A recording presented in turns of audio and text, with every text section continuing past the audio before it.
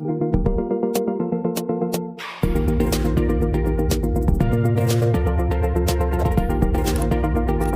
everyone! Tayo po ay magluluto ngayon ng beef caldereta.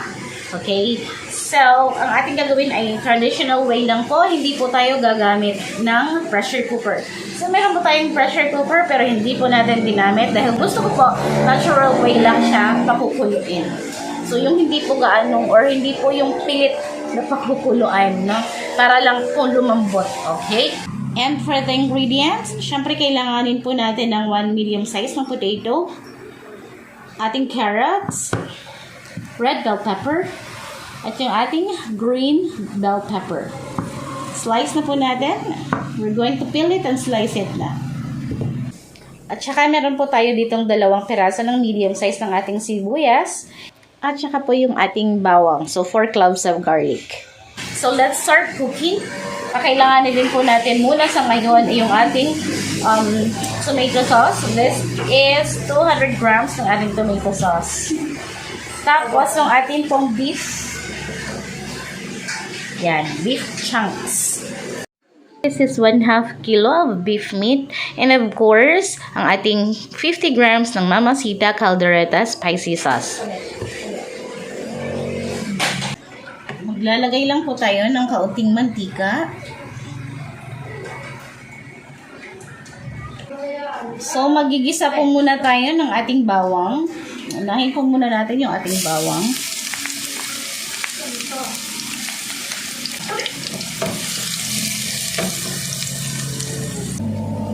Ayan, nag-golden brown na po yung ating bawang. Maingay ang mga tricycle. Ilalagay na po natin yung ating sibuyas.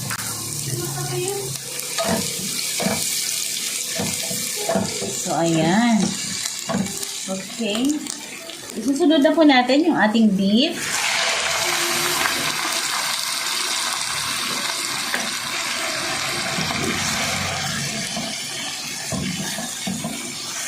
Isa lang po natin saglit.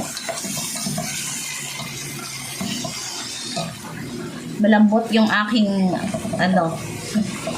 tawag dito, yung aking sandok. Talagang ito lang po ang ginagamit yung sandok kapag ito po ang aking ginagamit na lutuan. Ayan. Kasi magagasgas po kasi yung ating lutuan. Ayan, ayan siya. Magagasgas po kasi yan kapag yung iba po yung ating ginamit. Katulad nung tawag ko, yung ibang sandok, yung stainless.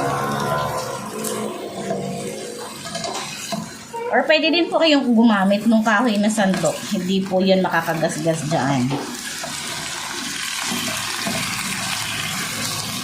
Okay, takipan lang po muna natin saglit. Titingnan lang po natin hanggang sa maging brownish yung kulay ng ating beef.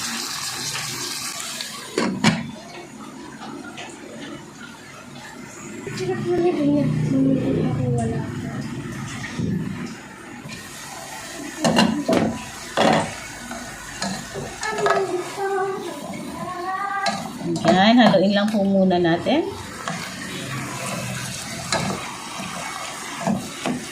Okay, so this time ay maglalagay po tayo ng ating tomato sauce. Lalagay na po natin yung ating tomato sauce. Imuhos lang po natin lahat. I-squeeze nyo at sayang po yung mga natira dyan.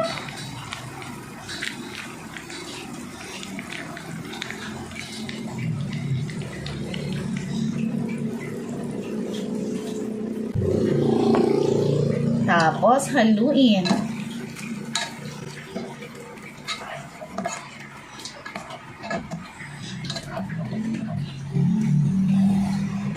Tapos, maglalagay po tayo ng mga 4 to 5 cups po ng ating water.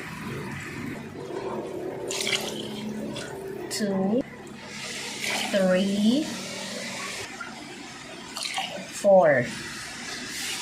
Ayan. So, 4 cups lang po muna natin yan. Tapos, pag halimbawa po kinulang po yung ating tubig, ay saka na lang po natin yan dadagdagan.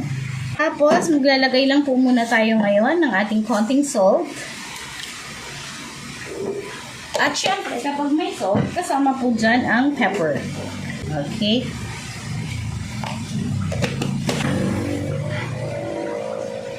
Ayan. So, hayaan lang po muna natin itong kumulo.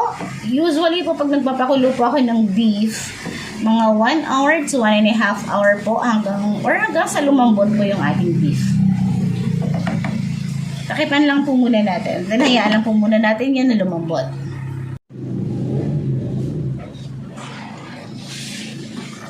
Okay, ayan. Konti na lang po ang sabaw ng ating beef. Yung ating pinakuluan kanina. Super lambot na po siguro nito. Yeah.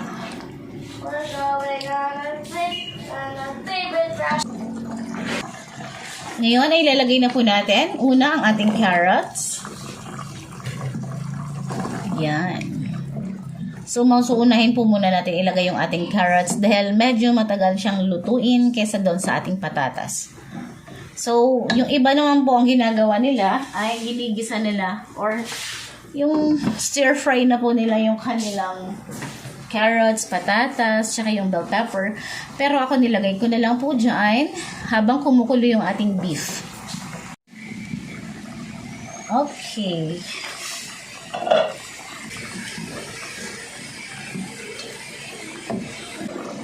Ngayon ay susunod na po natin yung ating patatas.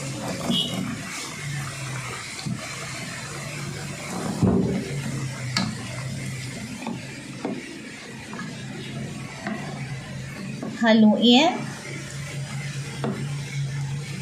We're gonna wait it until na medyo maging soft na po yung ating mga vegetables. Let's see. Let's just check kung luto na po yung ating carrots at saka po yung ating patatas. Oh, there you go. Luto na po agad ang ating patatas. I told you, mas nauna pong maluto ang ating patatas kesa sa carrots. Okay, so now we're gonna add our bell pepper.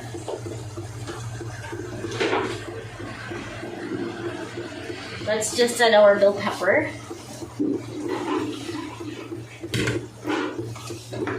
And then we're going to boil it again. We're gonna simmer it for about 3 minutes and then we're going to reduce the heat. Pahinaan lang po natin yung apoy.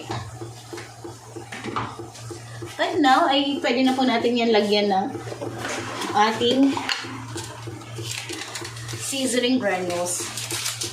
As always, ako po ay naglalagay ng kaunti lang naman na seasoning granules para po ma-add or ma-enhance po yung flavor ng ating mga niluluto. So, ayan, nilagay na po natin. Nilusaw ko lang po yung ating caldereta mix. As usual, pag merong caldereta ako niluluto, ay talagang nilalagyan ko ng Mamacita's Caldereta Spicy Sauce Mix. Ayan, nilagyan ko lang po ng konting water. Ingay naman ng motorcycle. Now, let's pour it in.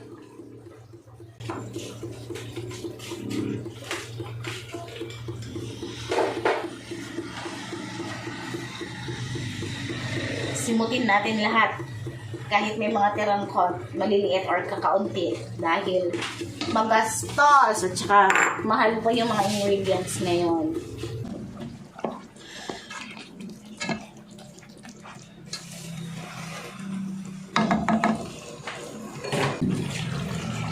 We're gonna add raisins dahil yan ang gusto ng aking bunso, ng aking mga kids. Gusto po nila ng raisins.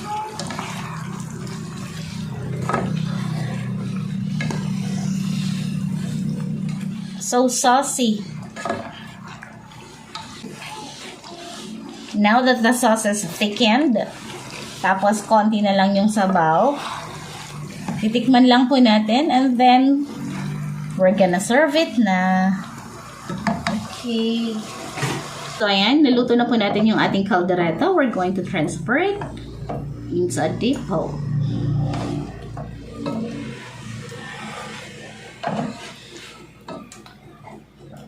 Medyo spicy siya. And there you go. Our beef caldereta is already done. If you like this recipe, just like this video and please don't forget to subscribe to this channel. Tapos, follow nyo din po ako sa aking Facebook account, Lorna Hermosillia. Yan. Paki-follow nyo po ang page na yon, then you can like. Siyempre, you can add comments if you want. Sure. That's it for today, guys. Thank you so much for watching and I'll see you again on my next video. Bye!